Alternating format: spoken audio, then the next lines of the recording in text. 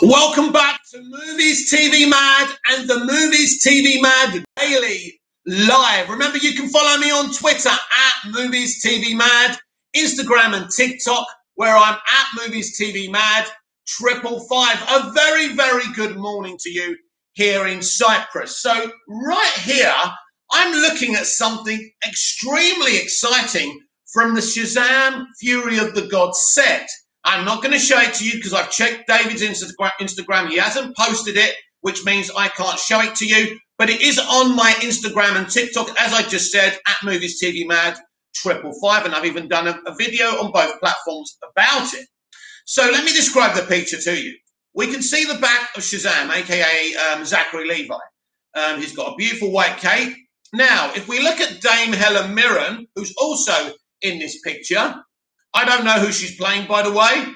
She's not looking very impressed with Shazam. They're sitting at a table. There's food. It looks like they've ordered food. It's like this prearranged meeting, not a date, obviously. So she's got this weird crown. It's got a spiky thing on it as well. She's got this attire, this gold kind of old gold, dirty attire on as well. She's obviously a villain. But I don't know how they got Dame Helen Mirren in the first place. But it's a fantastic coup. It's a fantastic piece of casting. Richie Mo, morning. Good morning, Richie. A very good morning to you. I'm just describing this on-set pic from Shazam Fury of the Gods with Dame Helen Mirren and Zachary Levi, a.k.a. Shazam. They're having lunch. They're sitting at a table. And as I say, she's got a pointy crown on, a very weird-shaped crown. Maybe someone can find this version of this character in the comics and tell me who she is. But she looks fantastic. Richie Mo, awesome. It certainly is. So, yes, an awesome on-set picture from Shazam Fury of the Gods. And I'm very, very excited about that. Now, some news broke last night about how many times have we been teased about a Superman game? How many times? We've been teased so many times, and I'm not sure if I believe it this time, but let's have a look. Let's find the article on my Twitter. Right, here we go. Warner Brothers Games Montreal's unannounced AAA project is rumored to be a Superman game. We do know it will be a third-person open-world action game. So we've had rumors like this so many times, so I'm not going to accept that this is the truth because we've been let down so many times. I do believe a Superman game is coming. I believe most DC characters, especially the Holy Trinity, will get games. I think that Jason Kilar has said they're doubling down on the multiverse games, documentaries, movies, TV shows. So I believe this time it will happen. Warner Brothers Games Montreal is hard at work on Gotham Knights, but this isn't the only project they have in the works. According to a recent job advert, the team is hard at work on a third-person open-world action game. As spotted by Reset Era serial leaker, James Signify has hinted that this project is likely to be a Superman game. Take that with a pinch of salt. While WB Games Montreal's creative director has also been dropping a few subtle references to the superhero. The team's AAA new IP has been known about for quite a while, thanks to a job listing that appeared a couple of months after the announcement of Gotham Knights. The new job listing is for a free-C game designer who will design playable characters for a third-person open-world action game. While this could fit the premise of Gotham Knights, many feel it more likely be the new AAA title. So you see, assumptions are being made already. Richie Mo, hey Mick, just thought, I think Supergirl in The Flash is Nicolas Cage's Superman's daughter from the Burtonverse. She could be. She absolutely could be.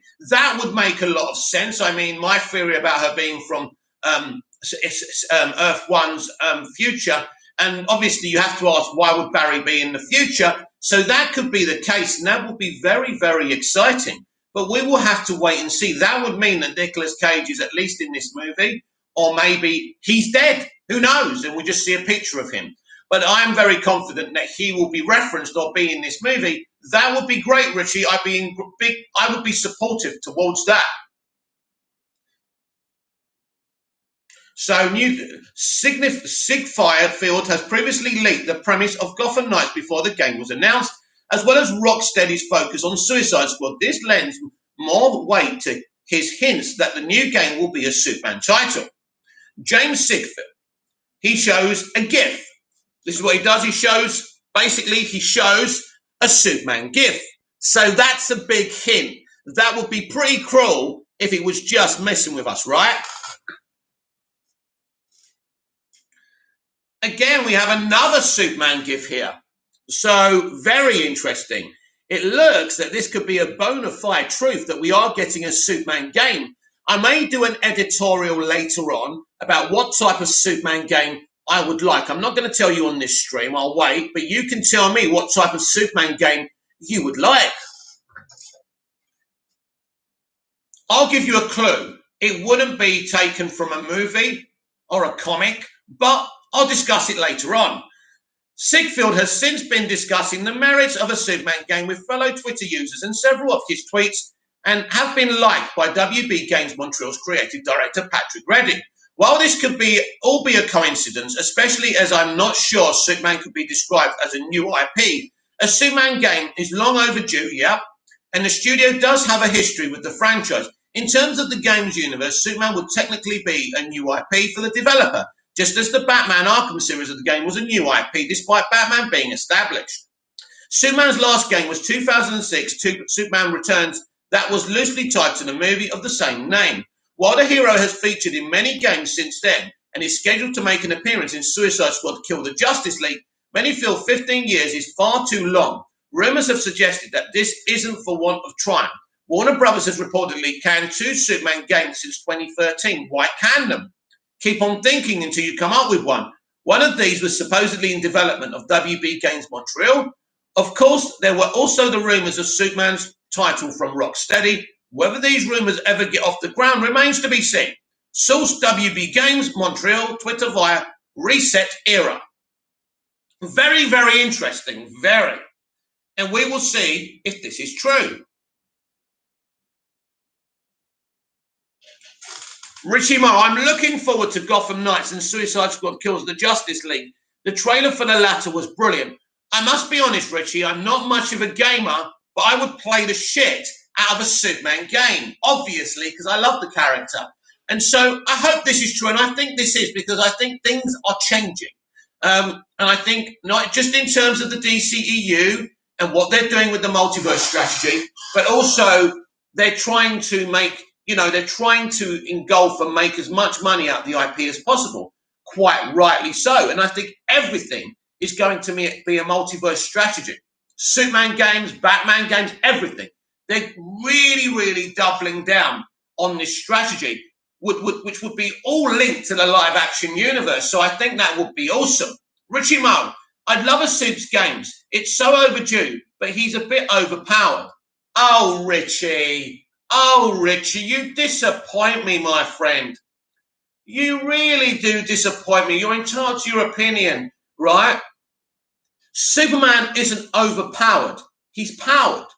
It's a negative thing to say, to use his powers for negativity. Did he feel overpowered in Superman the movie? Did he feel overpowered in Superman 2? Did he feel somewhat overpowered in Man of Steel? I don't think so. The only time he's actually felt overpowered is Snyder's version of him in Justice League, the Snyder Cut. That's when he was too overpowered. He got rid of the villain far too easily. He was too powerful. Everyone blamed Whedon, but it was actually taken from what Snyder did. So if you want to look at overpowering, then you look at what Snyder did with the Snyder Cut. But if you're clever, you can do it in a good way that he's not easy to defeat. Right. He's not overpowered. He can't defeat villains too easily. Right. These are the things that can stop Superman. Lead. Think about this. Lead, kryptonite, and magic. So if you have magical characters to fight him, right?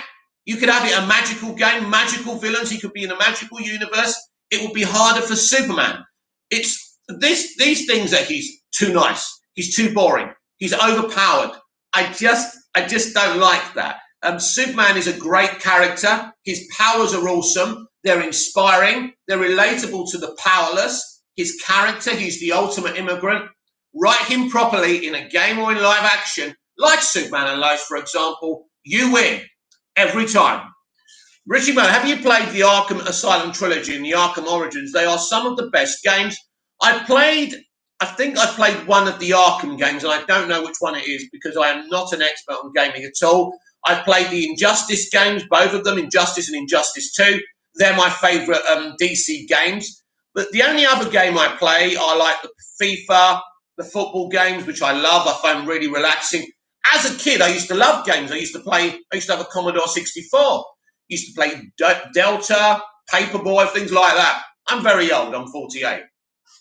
But yes, I'm not a big gamer, Richie. But this, of course, is very exciting. I want a Superman game. And I think we are going to get one. Probably we won't hear any more about it till DC Fandom. This is when they're going to announce all these games and documentaries, more movies, TV shows, animation. It's so exciting. Finally, there's a plan to implement these DC characters, to have them front and center on all formats. And that is awesome as far as I'm concerned.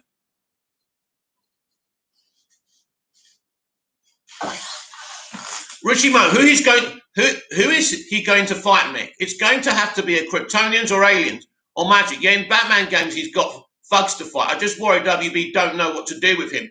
I think if they put the right creative there, that creative will know what to do with him, right?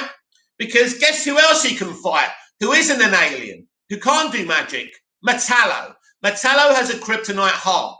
It will be very challenging for Superman to fight Metallo. There's so many things you can do, Richie, if your mind isn't closed off.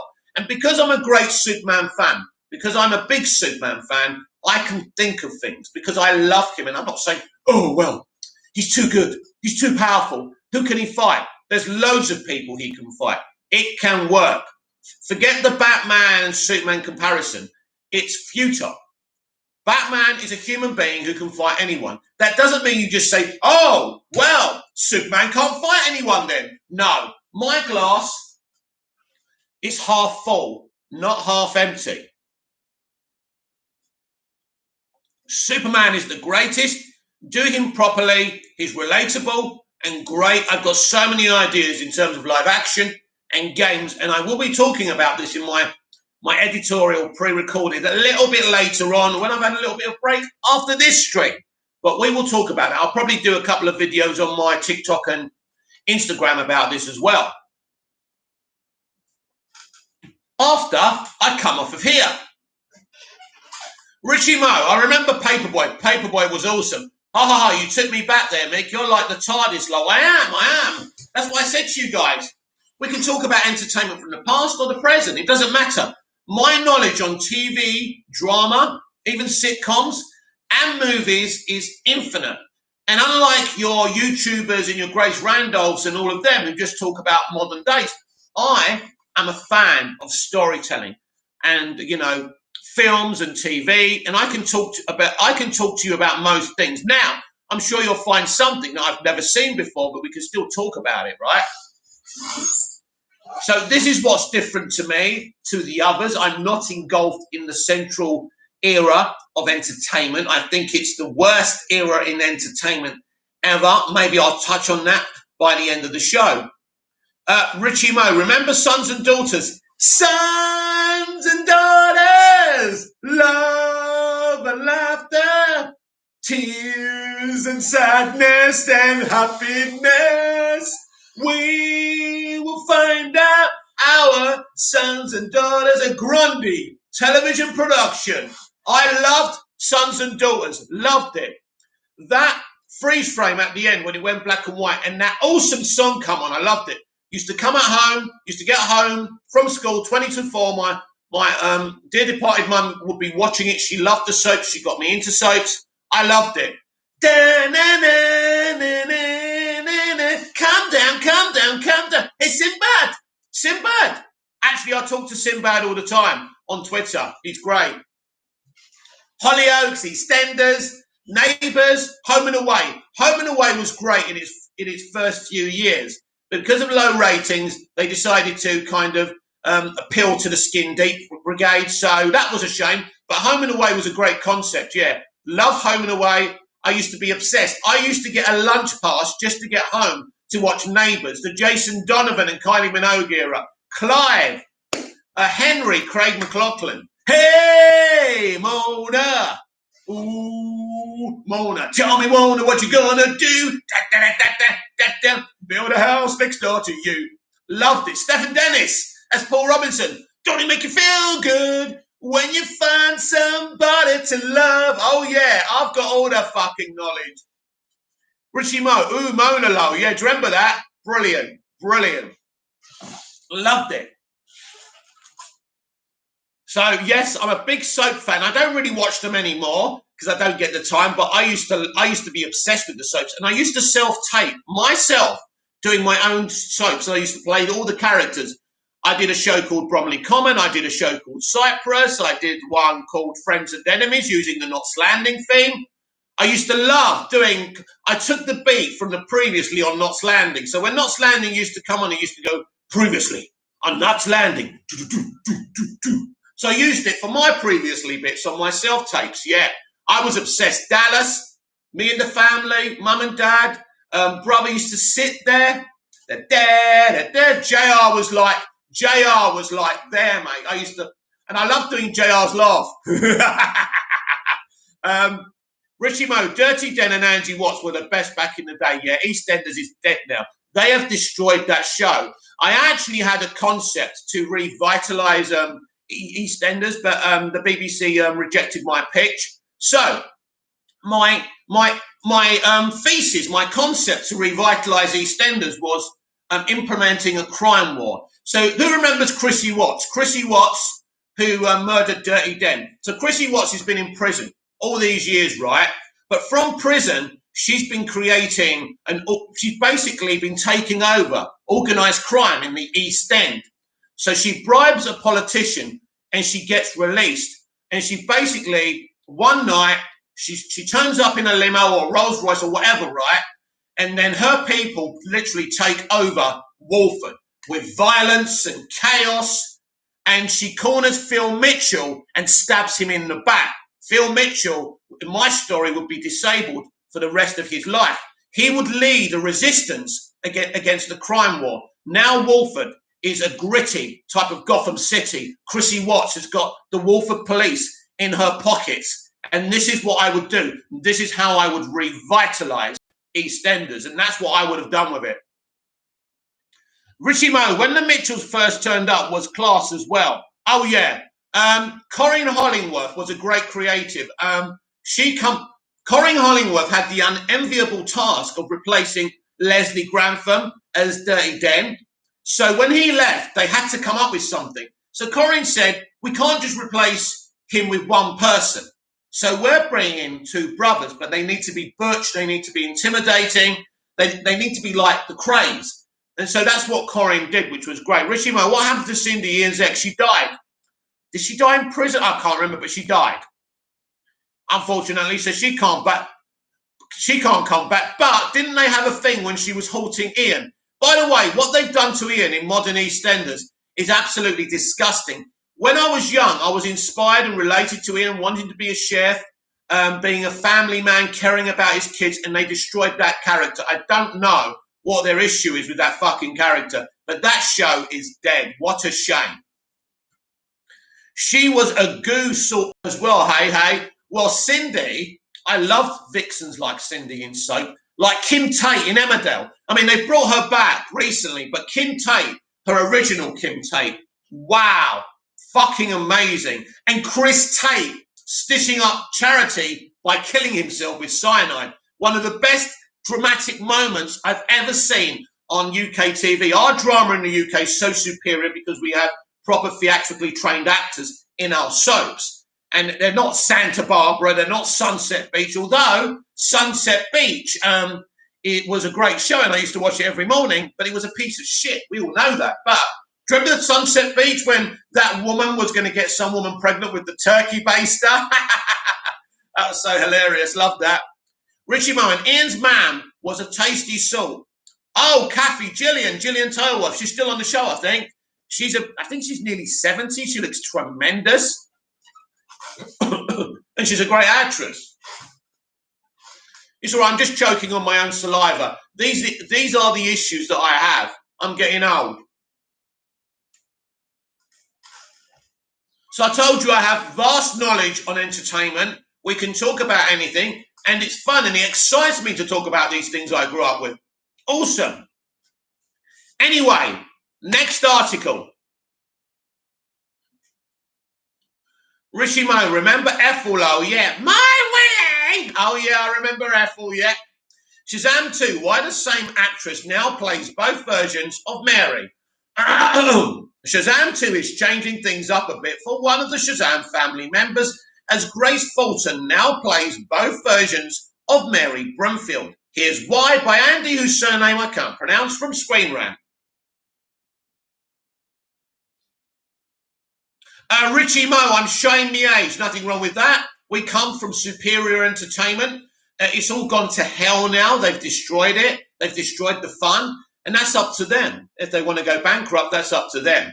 It looks like Shazam Family is changing the status quo with one of its members in Shazam Fury of the Gods, as Grace Fulton will be pulling double duty in the DCEU sequel. Billy Batson got his cinematic debut in 2019, shall I say? 2099. We ain't seen it yet then. With Asher Angel playing the teenage side, while Zachary Levi portrayed the adult version. However, Shazam also introduced Billy's foster family featuring Freddie, Mary, Eugene, Pedro, and Darla. As Billy got his origin story in becoming the famous DC hero, so did his foster siblings, as Shazam shared his powers with them, turning them into adult superheroes as well. Shazam's commercial and critical success made Warner Bros. Quick to greenlight a sequel, as Shazam 2 is currently in production. While most story details are being kept under wrap, the Shazam family will be taking on the Daughters of Atlas, which consists of Helen Mirren's Hespera. Oh, that's who she's playing, I remember now. Lucy Liu's Calypso and Rachel Zegler's mystery character. Had it not been for the global pandemic, the Shazam sequel would have begun filming much sooner. One of the things Shazam 2 is changing from the first installment are the heroes' super suits, as director David Sandberg unveiled their upgraded looks. The costume change wasn't the only big takeaway, as fans noticed that Fulton was suited up as the super version of Mary. While Sandberg confirmed that Fulton would be playing both versions of Mary, how does it work within the sequel story? Kurt, Manchester United fan, Australia glazes out. Yo, brother. Yo, Kurt. Good morning to you. What it's important to remember about Shazam is that Mary was the oldest one out of all the foster siblings, exactly, as she was either 17 or 18 years old at the point of the first film. Before Mary got her powers with the rest of the family, she was in the midst of planning her next chapter in life, as she had been accepted to Caltech. The idea that Mary is the only one who doesn't turn into an older version when using their powers is actually established in the Golden Age iteration of the heroine. It's copy and pasted from the comics. That version of Mary Marvel was capable of accessing her powers without transforming into a grown-up version of herself. This was because Mary's original counterpart got her abilities from a whole set of different gods. Interesting. Kurt, Manchester United fan. I'm going good, brother. Good, glad to hear it. While the modern versions of Billy and Mary are foster siblings, they were originally twins in old-school Fawcett comics. Despite the many retcons DC has done to the Shazam family in general, that is something Shazam 2 seems to be loosely drawing inspiration from for Fulton's Mary. If Mary was close to turning 18 in the events of Shazam, perhaps the DCEU's take on their powers has been changed, where a user can choose their form once they are legally an adult. Maybe. Should that be the case, it would logistically explain why Fulton has taken over for Michelle Wolf, who played the adult Mary in the first film. There could obviously be other causes to factor in about why Shazam 2 is going in this direction with Mary. It could simply be they wanted to add something new to the Shazam mythology as depicted in the DCEU. Perhaps Michelle Wolf wasn't available for the sequel, thus making it possible for Sandberg to either recast the adult Mary or retool the character so that Fulton could play both. Only time will tell how Shazam Fury of the Gods will explain Mary's new status quo as part of the heroic family. So they're saying in the Golden Age that, what's his name? Oh, God. What's his name? Shazam. God, Jesus Christ. Billy Batson, that's it. So they're saying in the Golden Age comics they were actually twins, Billy Batson and Grace Fulton's character, Mary Broomfield. So could it be that it's revealed that they are actually brother and sister?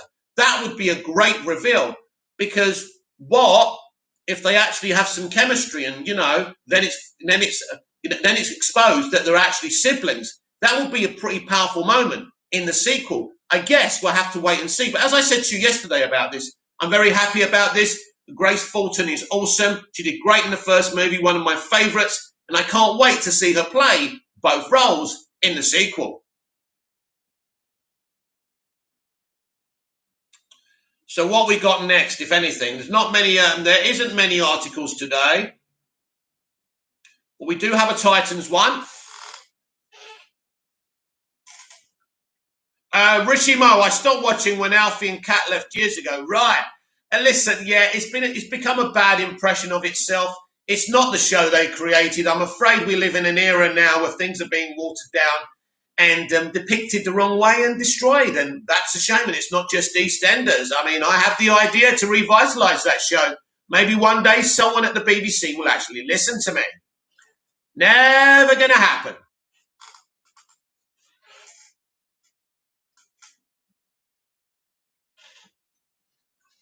Jason Todd's Red Hood evolution in Titans Season 3 is frightening, says writer.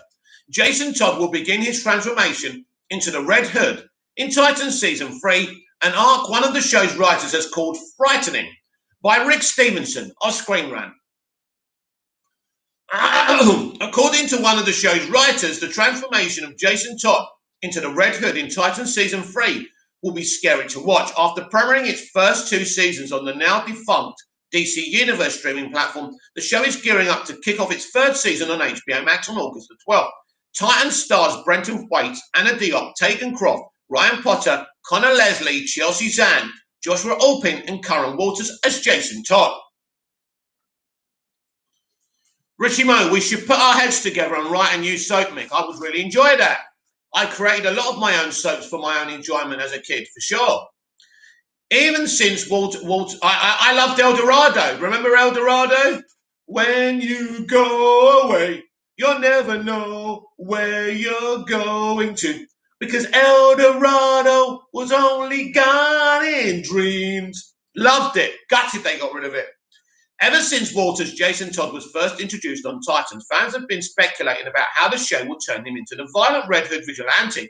In the comics, that transformation occurs after Todd is captured and presumably killed by the Joker, only to re-emerge angry and battle-hardened. Many assume that plan would have to be changed in Titans given the absence of the Joker still. The Season 3 trailer teased the Clown Prince of Crime's return, reopening the possibility of a similar Red Hood origin story, which is really exciting. Richie Mo, El Dorado, bloody hell, didn't last long, did it? It lasted for a year.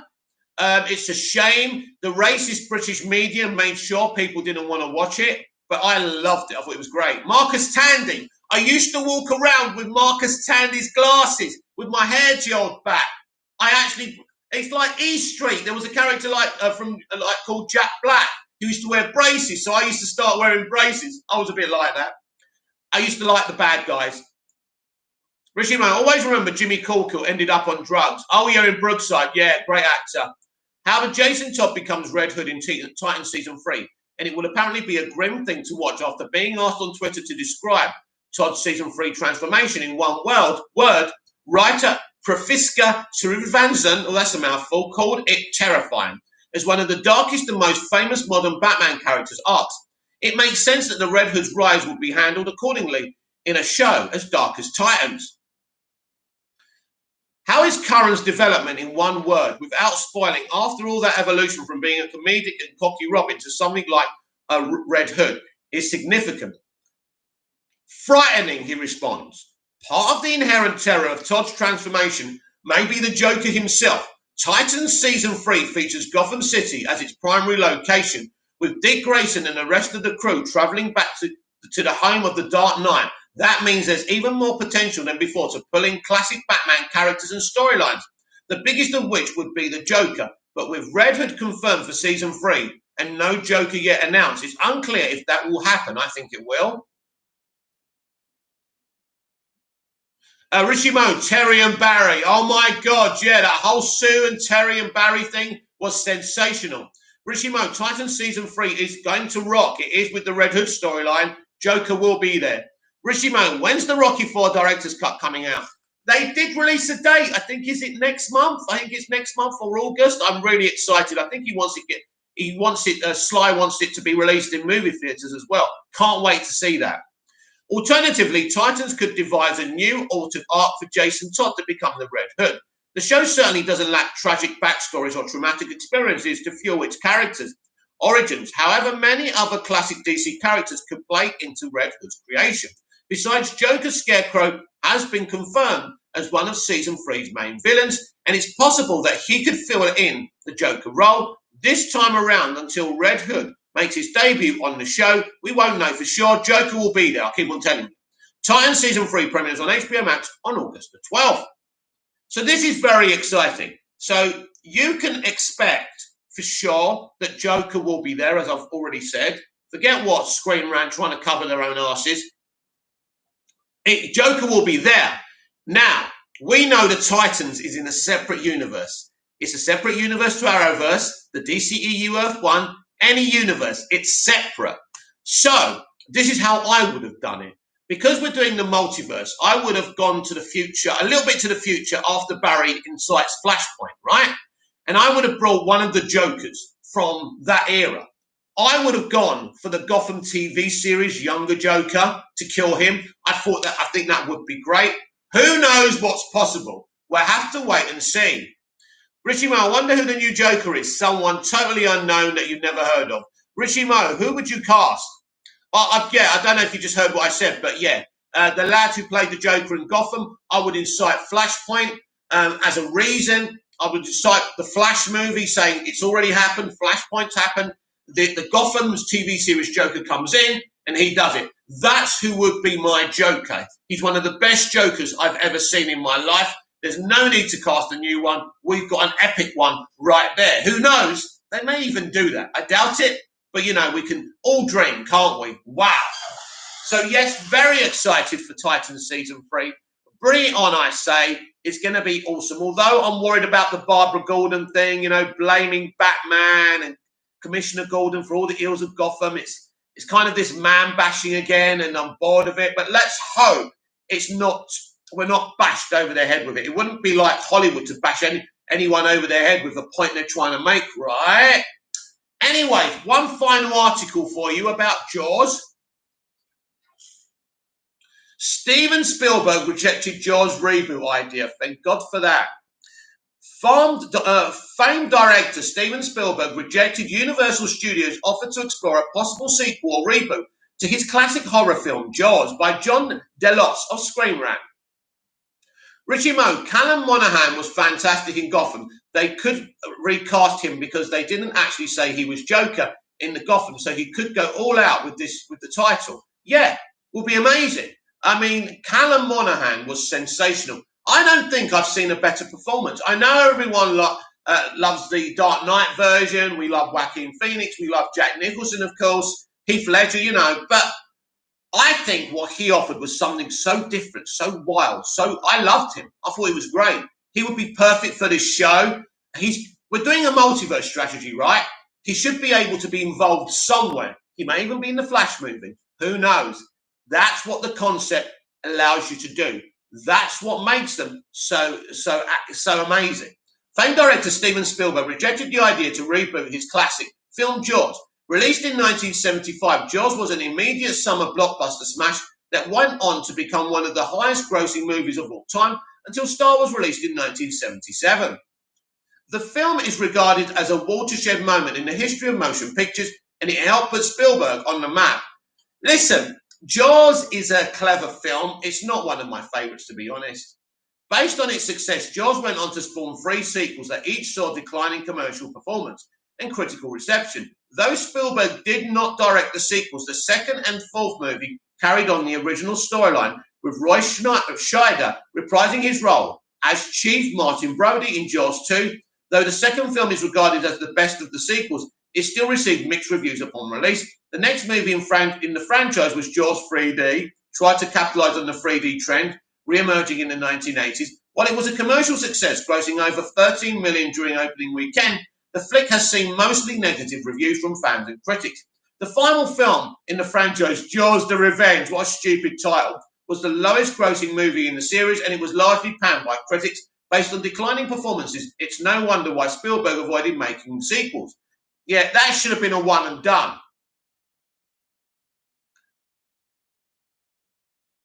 Richie Mo, they better not remake Jaws, mate. They need to leave the 70s and 80s classics alone. Well, you heard me yesterday. They're doing Planes, Trains and Automobiles, aren't they? Will Smith and Kevin Hart. They're not going to leave anything alone. Sam Jan reviews. How many Jaws rip-offs have there been? What's the point doing a remake? Well, that's why Steven Spielberg rejected the idea, Sam. Deadline reports that when approached by Universal to make a Jaws reboot, Spielberg rejected the idea outright.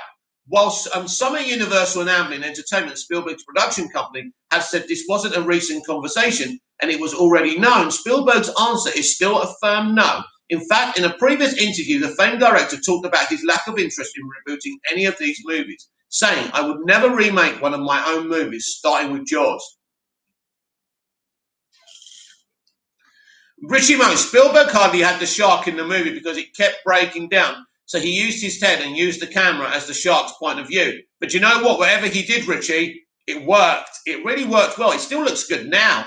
But yeah, it wasn't one of my favourite things. I wasn't really that interested in Jaws. But it was peak back then. It worked. It captured people's imagination. Because it was about a real life thing in a way. A shark, a killer shark. You imagine yourself going in the fucking beach or water and thinking that a shark's going to chase you. It's pretty frightening. Despite Spielberg's reluctance to reboot his films, he has directed several sequels throughout the years, starting with Indiana Jones and the Temple of Doom, 1984, which was a sequel to Raiders of the Lost Ark. The latest sequel he directed was Indiana Jones and the Kingdom of the Crystal Skull, 2008. He also directed the sequel to Jurassic Park, 1993, titled The Lost World, 1997. However, while Spielberg is more willing to make a sequel, he has yet to reboot any of his films, meaning a reboot to Jaws does not seem likely, thank God. Throughout his career, Spielberg has directed some of the most iconic films ever to be released. His 1975 summer thriller Jaws is no exception to that, serving as a breakthrough flick that helped launch his career. While it may be interesting to see a reboot of that classic movie using today's technology, no thanks. It would be rather pointless as Jaws still holds up today. Some films are best left alone. Yes, thank you, and appreciated in their original form. Wouldn't go to Hollywood. Tell them that. Yeah, I absolutely agree. We do not want to see another Jaws. So, there are your updates for today. There are your articles. I'm going to hang around for a little while so we can have a little chat. But that's the end of the updates on today's Movies TV Mad Daily Live. Richie Mo, did you like Ready Player One? I hope they make a movie out of the Ready Player 2 book. I did like it. But you know what? I've only watched it once. I did like it. But it's like most modern movies, they're not classic. They don't have rewatchability. I mean, I think MOS does, BBS does, and Zack Snyder's Justice League, despite being over 4 hours, has. Snyder at least, I mean, not with Army of the Dead, I haven't bothered with that, but his DC movies have got rewatchability for sure. But very few movies made today, Richie, have actually got rewatchability. That's the problem.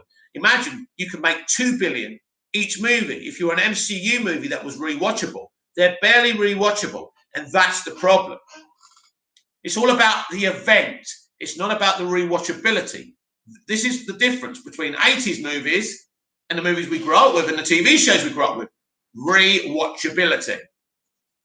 But I did like the movie for sure, and I'm sure they'll adapt the second movie as you kind of gave it a shout out there. So I did like the movie. I'd have to rewatch it again. It was a really, really cool movie. Had a great villain, had a great, central character. But I mean, he's a very busy man for a man of his age. He's got a lot to do. So very interesting to see when that comes out. So I don't know when he's going to have the opportunity to do Black Hawk for DC. Richie Mo, yeah, watched Army of the Dead twice. Probably won't watch it again. But I could watch MOS, BBS and Zack Snyder's Justice League anytime. Yeah, it's interesting, isn't it? Very, very interesting. I wonder why those DC movies he did are rewatchable, but Army of the Dead isn't. It's not because he's losing his touch. I just think if you're not into zombies, you're not into zombies. I'm not really into zombies, but also I don't think it's a classic movie. I don't. It looks great. It's typical Zach. I think the story is a bit, it's got some interesting concepts for sure with the talky zombies, the intelligent zombies, but I don't think they did much with it. Rishimo, same with 300 and Watchmen. Yeah, true. Yeah, very true. Yeah, I'm afraid this is the problem for Zach. I think the DC movies are the ones people are always going to talk about. And I think anything else he does will kind of, pale into significance.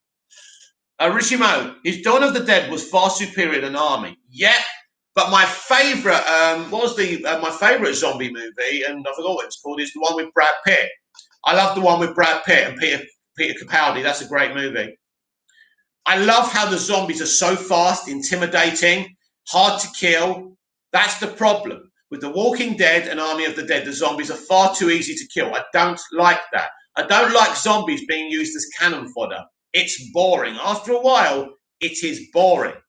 This is why I got bored of The Walking Dead.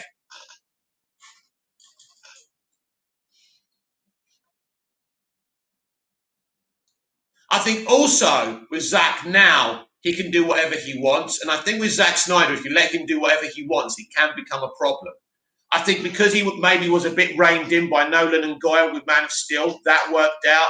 BVS, they were on his back there. I think that would have helped. And Zack Snyder's Justice League, that's not even the scary idea he gave us, right? That film wasn't even the scary idea. Have a think about that for a minute.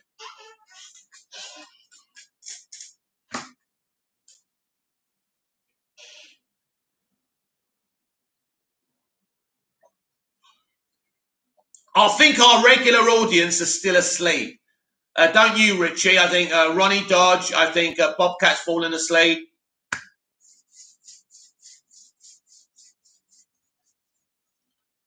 Rishimo, even though Zack's films divided fans in years to come, I think they'll be regarded as real cinema compared to the MCU rinse the repeat formula. Listen, Zack's films are already loved by a great many people. I'm going to say this, Richie, and I don't want to offend you or anyone else. I think the release the Snyder Cut fandom were a fandom I was proud to stand by. Very positive, very pure, had a pure goal, and I stood with the fans. Now, I don't feel I can stand with these fans anymore. Not yourself. I'm not talking about yourself. It's become too toxic. The billboard with Christopher Reeve and Michael Keaton, calling Michael Keaton an old man. The insults. The movement now seems not the pure positive movement we were before, but, the disappointing, angry, desperate movement that will say anything, spread any lie to try and destabilize these movies, which you're not going to do anyway. So that's a shame. But yes, the Snyderverse, forget the fans, even forget Snyder himself as a person and how he's conducted himself. Those films are classics, and they will be. I think Grace Randolph was right about one thing. Batman versus Superman, for example, is The Shining. People will appreciate it more and more. It's a phenomenal film, not for a broader audience, though. That's the thing. But it's very unique. It's exceptional. And I love all three of his DC movies. Mo, they're all out on the drink, lol. Richie Mo, Zack's trilogy are all different to each other. Yes, they are. Yes, you're correct. Don't forget, though, mostly Zack was just directing Man of Steel, and the story and the vision for that film, not visually, but the vision for that film, for its narrative, was David Goyer and Christopher Nolan. That's why that film's so different.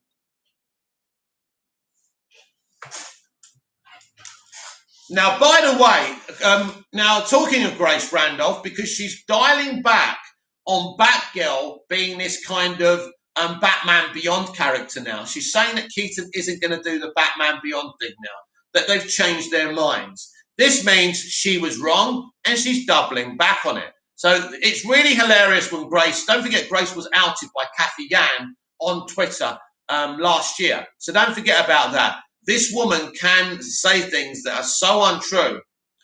Richie Mo, I stood proudly with them for years, but I'm not down with the negativity. It's gone too far, and I want to enjoy movies, not harass people on Twitter. Yeah, it's very sad. they're driving people away. They're losing momentum. Even though they had over 200k tweets the other day, because everyone still wants to do the hashtags, and that's great. But at the end of the day, they're an embarrassment now. They're an embarrassment. They wasn't, but they're an embarrassment now to themselves. Richie Mo, she said if Cavill isn't in Black Adam, he's done a cease.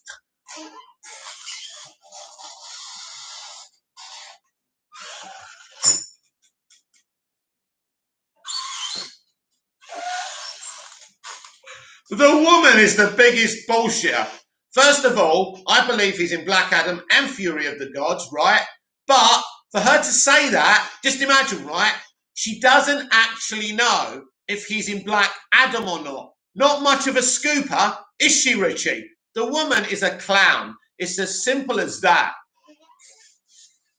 She's just giving off opinions. She doesn't know. She doesn't even know if the guy's in the movies. I'm pretty sure. That says something about me and her.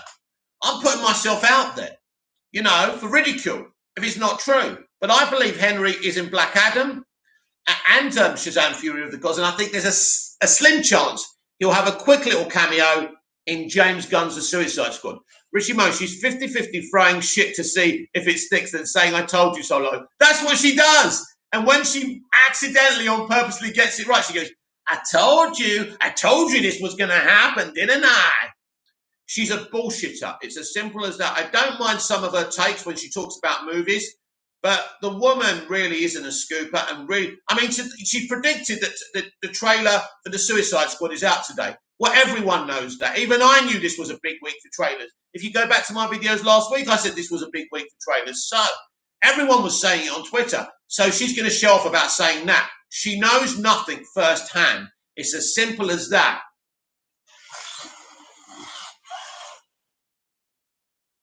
Nobody likes her, as Kathy Yan proved. She is a clown. She's a funny clown, but she is a clown.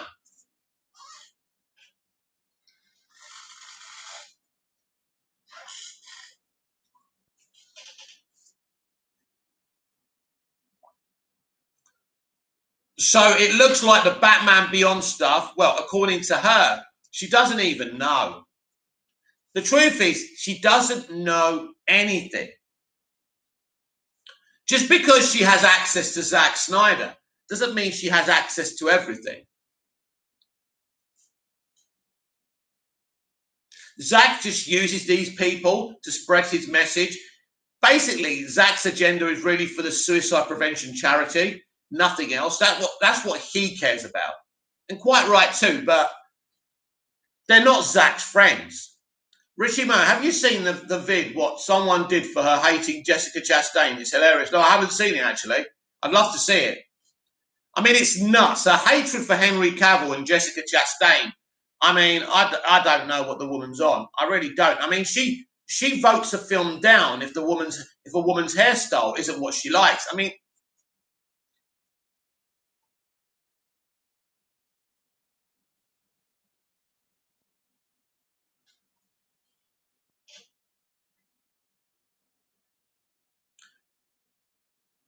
Grace Randolph is everything that's wrong with YouTube and the blogger thing, the bullshit that's said. Richie Mo, it's a compliment. It's a compilation mix. She's crazy. Oh yeah, she is. Oh, that's for sure. Yeah, Richie Mo, she hates Cavill for some reason as well. Apparently, he's not a good actor, even though he's been royally trained in a Shakespearean kind of trained art house. Right? He can't act. He can act better than you. She's obviously very jealous. She's a failed actress. She did a couple of things years ago and she failed. Credit to her for getting out there and doing some films, but that doesn't make you a big deal, sweetheart. It's like Campia and these other people used to be involved, minutely in the industry, but it doesn't make them better than anyone else. I mean, actually, John Campia likes some of my stuff sometimes, which is pretty cool. I'm glad that he hasn't blocked me, but I have disagreed with a lot of what John has said, but I do try not to be rude.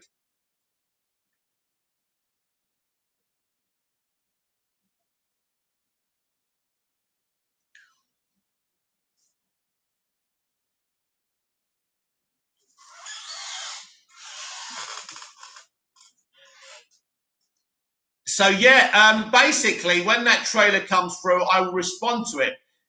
Or maybe respond to it on tonight's live stream, Movies TV Mad Live. Maybe, I'm not sure yet. But we are getting apparently a Suicide Squad trailer when it's morning time in America. So that will be about, I think, about maybe 5 o'clock. And we're here in Cyprus about 3 in the afternoon, 4 in the afternoon UK time. Maybe, we shall see. Richie Mo can't stand camping either. He's definitely paid by Disney. Yeah, well, listen, these people are shills. That's why I had a good laugh over Spielberg doing a deal with Netflix and not Disney. This would have destroyed them. This is, because there's nothing they can do about it. It's embarrassing for Disney, by the way, losing out on these things, because they're supposed to be the best streaming service ever that's supposed to be destroying Disney. We're still waiting for them 2 years later. Destroy Netflix. We're still waiting 2 years later for them to destroy Netflix. You're not destroying Netflix. They created the fucking streaming platform idea, right? All you've got is Mickey Mouse, Star Wars, and Marvel. Get over it. Netflix have literally got sitcoms, dramas, movies, everything, nature programs. And I know that Disney do the National Geographic stuff, but it isn't the same. Netflix has a varied audience as well. Disney hasn't. And ultimately, their audience will stand still eventually. That's when they'll buy other stuff up. They're like thieves. They're like cheats. They just buy stuff so people can, And at the end of the day, the MCU thing can only take them thus far, because it isn't always going to be as popular as it is now. People are going to see through what's going on over there. So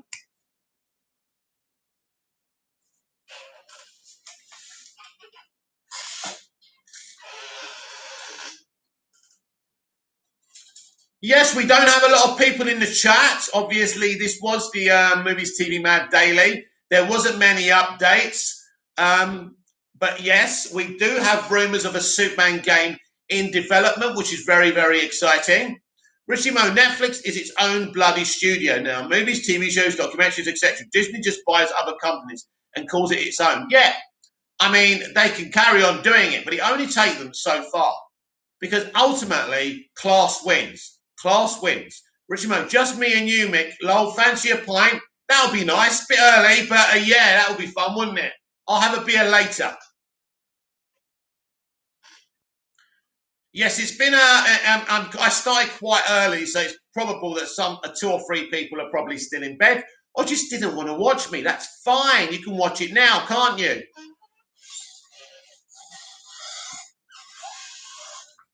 So yes, I would be very excited for a Superman game, but I'd like some games with some different characters in as well that we haven't seen. I think a Blue Beetle game would be pretty awesome. There's lots of DC characters who can have their own games, right? Richie Mo, I have a beer when I watch your smoking thoughts, lol. Oh, thank you. Yes, because I've changed now and I don't do that on my TikTok and Instagram.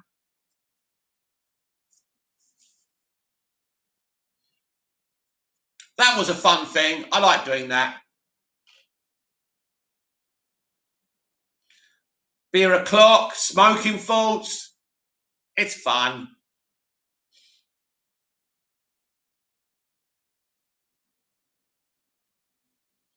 I drink Kio beer, Cyprus's own beer. Award-winning beer. A better beer than you get in the UK, I can tell you that. I compared it. I drank Carlsberg, then drank Kio. The fucking Carlsberg was like water. Unbelievable. Unbelievable. And England automatically qualified for the next round, the knockout stages of the European Championships, without playing. The most unglamorous qualification ever. Ricky Mo, it was funny, Mick. You gave the far left the finger and being yourself a proper bloke. I'm interesting, that term, isn't it? Proper bloke. They don't like that term, by the way. They hate that. They're offended by that term. Yeah, I'm just me. Obviously, I'm 48 years old. I come from another era, another generation. I do try and be as respectful to people as possible, especially from this generation. There's things I don't understand. For example, the identifications of different groups of people. There's hundreds of them now. I don't know all of them. I'd like to know them because I don't want to disrespect people. So that's a difficult thing when you come from my generation. And there's a lot of opinions now because of social media. Everyone has a take on everything and everyone. It is difficult, Richie. It's difficult. I try not to be too disrespectful. There's things I see on the internet, though, that I can only laugh about. Sometimes I don't even get angry about it because it's so funny. I mean, all the race stuff now and what's going on in Hollywood, and, you know, it's just hilarious how these people talk. They actually do talk like far right rather than far left. It's that authoritarianism they speak with. It's kind of scary. I wonder where we're going to go here. I still think my gender war story is spot on, of men and boys being put in concentration camps and women ruling the world with an iron fist. I can see it. I can see it. The world is going nuts. When you're listening to Arkham Asylum inmates on how to run the world, and you're saying, let's delete the word man, let's delete the word woman, let's delete the word she, let's delete the word he, then you are heading for a very dangerous apocalypse. Richie Mo, they hate that we say we are attracted to women like it's a sexist thing. Like, then I was a kid, we had to go and chat women up, not text them. Oh, you can't chat women up anymore. Luckily for me, Richie, because when I was younger, I didn't have the confidence to approach women or girls when I was younger, so they just used to approach me. And so now it's the same thing. I don't chat women up because you've got this whole sexual harassment thing now. So girls, ladies, should I say, if you're interested in me, I'm never going to tell you I'm interested in you, just in case you accuse me of harassment and being a toxic male. So you're going to have to come to me, just so you know. So there can be no misunderstandings. Yeah, we live in a very, very divisive world now. It's a very unhappy world we live in. And I think the socials have done this. The social media and the internet has done this. It's given people too much of a voice to talk about mostly what they hate, right? And this is why the world's changing. But no matter how much the world changes to certain people's advantages, they'll never be happy. Their hunger for change and, deleting this and deleting that, and accountability for past generations. I asked the question, though, who's going to make this generation accountable? That's interesting. Rishi Mo, the internet has changed so much, mostly for the worse. Well, it's not the actual platform, it's the way we use it. We use it to vent our anger and frustration. And unfortunately, when you're on reactive platforms where everyone's got an opinion, it's so difficult, as we see ourselves. So, it's a difficult environment. I try and keep away from it.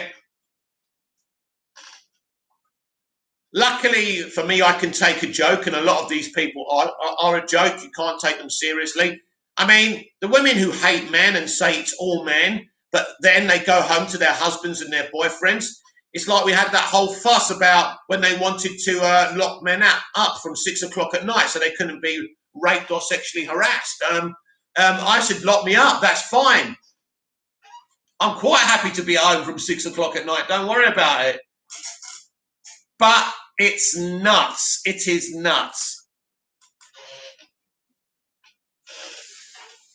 The hate for males right now is big. Honestly, it's like going back to the Second World War. It really is. It's like the alt left are very, very dangerous people. Rishi Mo, Twitter is a hate mob now. I hardly use it, and Facebook is just not nosy buggers. Yeah, Facebook, I've got a Facebook, but I barely follow anyone on it, and barely anyone follows me on it. I don't really use it. It's pointless to me. I enjoy Twitter because you can talk to strangers. That's the whole thing. I like it. You can meet new people. Twitter's brilliant.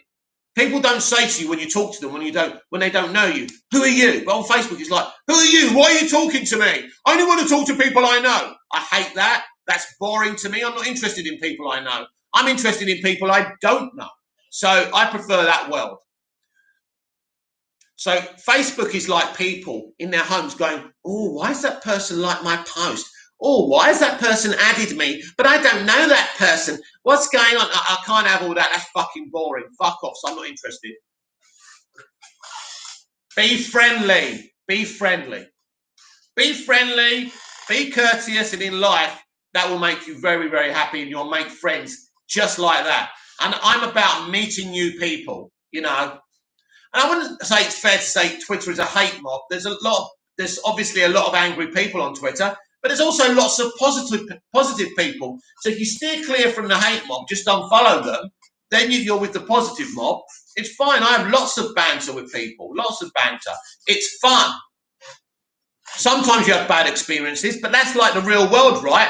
We have bad experiences and we meet hate mobs in the real world as well. There's no difference, right? Right, we're nearly an hour gone, and before I go, I want to say something. I miss good television and great movies. I miss them. I miss the fun and excitement of watching a film I've never seen before, and knowing that I'm not going to be bashed over the head with some kind of male hate or, being called a toxic male. I remember watching a film by David Cronenberg, written and directed by David, called Dead Ringers. One of the best films I've ever heard. It starred Jeremy Irons. It's one of his best performances. It is his best performance. Dead Ringers has Jeremy Irons playing twins. So I think it's Elliot, and I forgot the other person's name. But basically, they're very close. They're gynecologists. So they run this clinic together. But one of the clients falls in love with the kind of beta male version. So you've got Elliot, who's the alpha male, and you've got the beta male version. He plays the distinctions of both these characters, Jeremy Irons, so well. It's a great movie. So ultimately, they both go insane because they have to separate in a way. There's lots of talk about the Siamese twins in this film. Ultimately, in the end, because this woman drives a wedge between them, what happens is they decide to kill each other, to kill themselves. And you see that their dead bodies lying there in the end with this great emotional score. It's a fantastic film. I miss that. I miss originality of putting BBC Two on in the afternoon from years gone by and seeing a film I've never seen before, thinking, Jesus Christ, this is refreshing. Or buying a film I've never heard of before in HMV 20 years ago, right? And enjoying it. The internet has changed how we consume our movies. But also, internet culture has changed what kind of films and television the entertainment industry has made. And, shows like 24 and Alias and Lost and Prison Break. Richie Mo, it's changed so much. It's all got agenda-driven narratives that alienate the straight white males who are the majority of the ticket buyers, especially comic book media. It's very difficult, Richie. It's very difficult. And I don't really think it's just that's the target of the films for sure, to attack. But I don't think it's just the straight white males who are angry about what's going on. Because ultimately, no matter how you identify, if you remember a better time of superior entertainment and acting and directing, then you're going to be frustrated. Even if you agree that all us men are toxic males, right? Even if you agree with that statement, how many times can you see it being told? It's like being bashed in the head by a club. Boof, boof, boof. How often can it happen? So I miss great movies and TV. I love the capes. I love superheroes. You know I do. I'm gobbing off about it all day, if not on this platform, on another platform. So they excite me. But there's no variety. There's no boldness in the content that they make. As I say, growing up, innocent things like Knight Rider, The A-Team, Dallas, Dynasty, Knots Landing, Sons and Daughters, as we discussed earlier. It was a time of bold figures making bold, interesting, exciting content.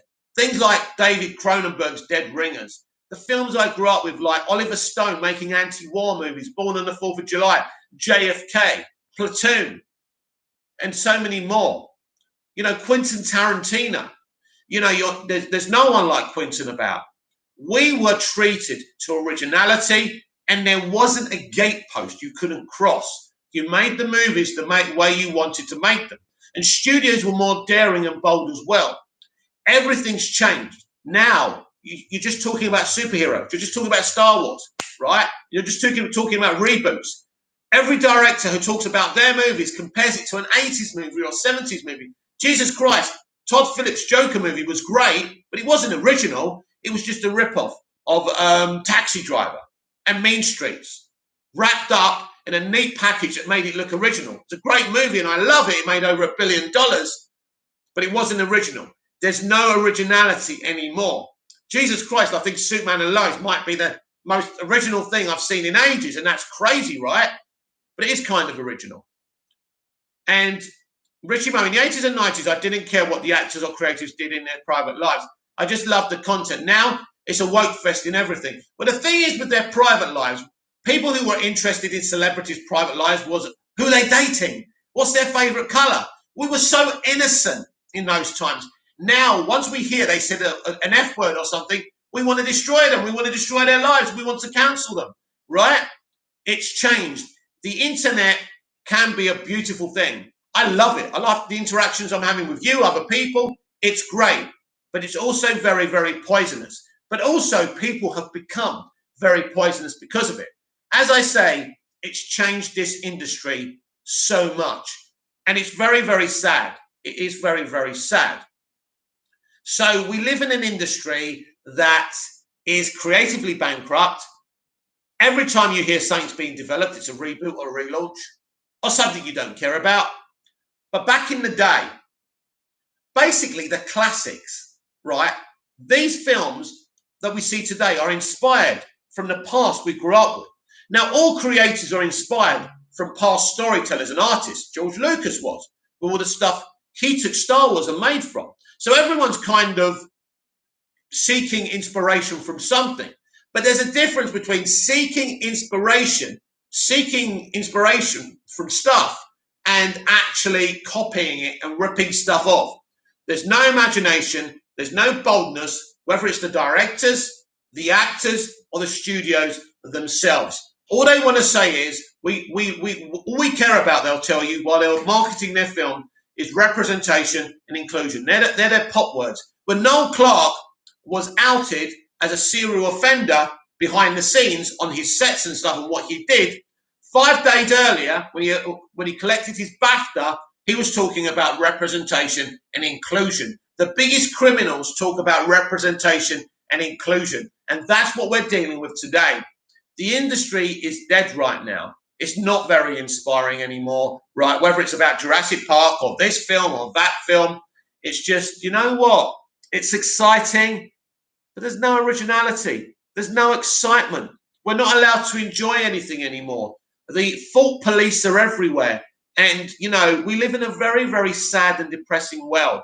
And we've got to take our excitement and happiness from somewhere. And it looks like it's going to have to be in our DVD and Blu-ray cabinets where we watch the stuff we enjoyed when we were younger. Richie Mo reminds me of BVS when the bloggers destroyed it, then got invited to the set of the Justice League, and they were all Marvel fans who didn't really like DC anyway. Yeah, well, that was basically, they were trying to tell them, you can come, it's all right, come here, because we're gonna bend the knee for you. They bent the knee for them, and what happened? It was an unadulterated mess. Now, the journalists did go quite easy on Justice League because they were giving lots of stuff, and that was the whole point. The point being, listen, critics didn't like Batman versus Superman. That's interesting. That's interesting. Now, why didn't they like it? Why did they criticize it? They looked at it, they judged it on a mainstream merits instead of judging it on what the film was. They just didn't like the film. Why didn't they like the film? They didn't like the pacing. I think it's very difficult because I don't think critics these days have got any nuance. We're not in the days of Barry Norman and Ebert and people like that who had nuance, who had a love for films and understood films. Back in the day when I was young, critics used to judge films on its own merits. Batman versus Superman was judged for not being like every other superhero film instead of judging it on the film's merits. Because if you look at Batman versus Superman, this is how you look at it. This is an iconic indie type of movie, a unique type of movie, very different to anything we've seen before. But this is the story of a world built on hatred that hates anything different. Superman has saved the world once. Some people look up to him. But there's the government and the media saying, should he be doing this? Should he be acting unilaterally? Snyder and Terrio ask an important question in this film. This is what the critics should have been talking about and analysing, these core points, but they didn't want to do it. because all they cared about was, this is not the MCU. That's not movie criticism. That's, how can I say it politely, a lack of intelligence, a lack of kind of an open mind. They had a closed mind. And this is what went wrong. So they didn't like the film for all the wrong reasons. Then that seeped down to the public. And then poor Warner Brothers, what could they do? Let's be honest, right? The pressure that they were under was, I've never seen a studio under so much pressure since the studio, well, since Passion of the Christ. I can't remember what studio did that. I know Mel Gibson's production company was involved, but I think another studio was involved. Passion of the Christ was one of the most controversial movies for obvious reasons I don't want to go into. But yeah, that film the reason that film's controversial is because it's different to any other superhero movie ever made. And that's why they hated it, because it's different. These are the same people who talk about compassion and representation and inclusion. And when someone did something so different to a superhero movie, comic book writers, artists hated it. A lot of these people hated it because, in a way, it stamps on its own creativity and artistry. Snyder really does something bold here. And because it's so bold and different, they hated it. Richie Mo, they turned into the people Zack portrayed who hated Superman without understanding him. Exactly. It's interesting what Jonathan Kent says in the first film. People hate Man of Steel. People hate what they don't understand. They didn't not understand it because they don't have the intellect. They didn't want to understand something different. They thought they were going to get a punch-up. It was the studio's fault. They marketed it as a big punch-up, and it wasn't, because they were scared of what Snyder and Terrio were doing as well. So this is the problem. But that film is a very interesting take. A look, when you see the Capitol building exploding, and then a few years later, you see Trump supporters marching to the Capitol, trying to seize control of it. That was predicting the future, wasn't it? So a sensational, unique, iconic movie that was very different, but people didn't like it because it was different. So this is what happens in life when you're outspoken, when you make a statement about something.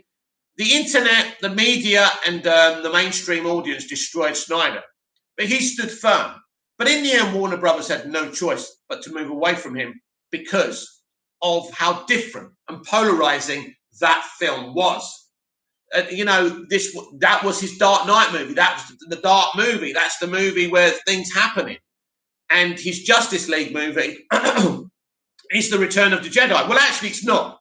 Actually, it's not the Return of the Jedi. His third movie, which is the Justice League movie, because his Return of the Jedi would have been Justice League 3. Richie Mo, they turned into the people Zack portrayed who hated Superman without understanding him. I think I've already read that, I'm not sure. But yeah, I agree. I totally agree. So that's what I think about modern society and modern filmmaking. It's very, very sad. I'm going to make one final point before I go about Star Wars.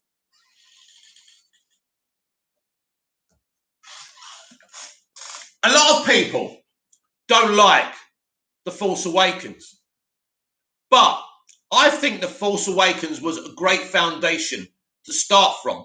First of all, the concept of the First Order rising up was interesting. Ben Kenobi, or young Ben, Han Solo's son and Princess Leia's son, Ben, who becomes Kylo Ren.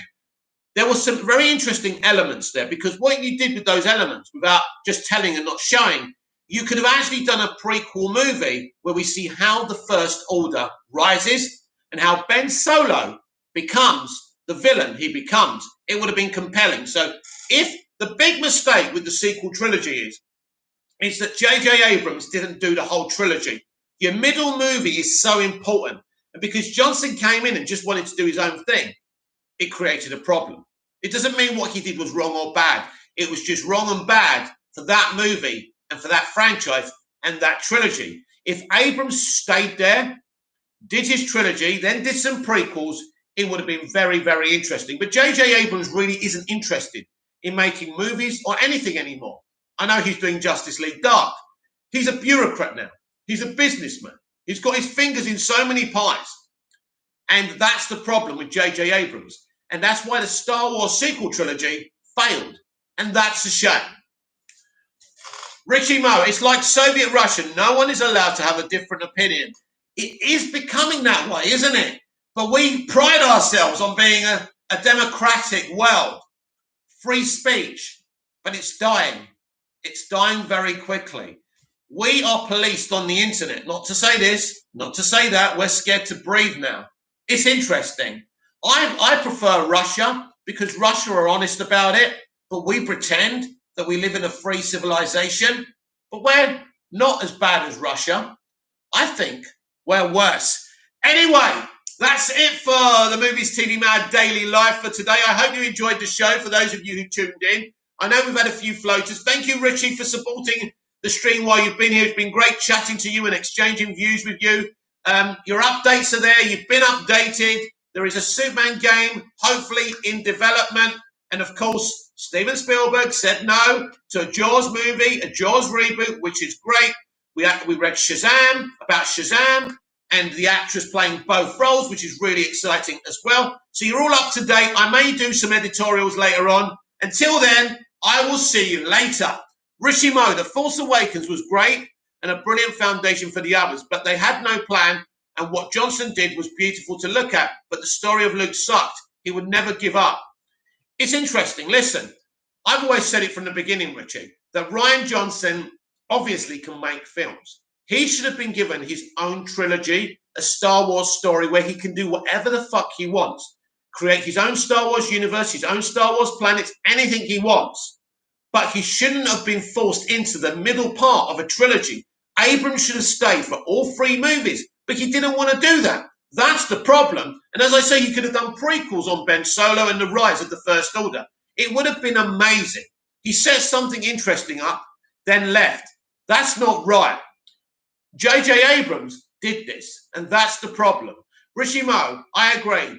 So do I, Richie. Handshake, high five. See you later. I will see you tonight on tonight's live stream. Movies TV Mad live from 6:30 p.m. UK time. Please check your local listings. I may do 2 or 3 short editorial pre-recorded vids. Until then, see you later. Richie Mo, take care, mucker. Take care, Richie. Remember, you can follow me on Twitter at Movies TV Mad. Big Mouth.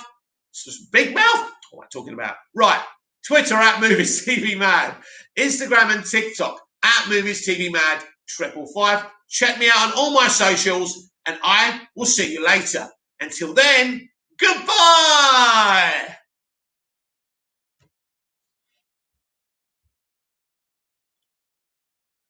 I'm melting.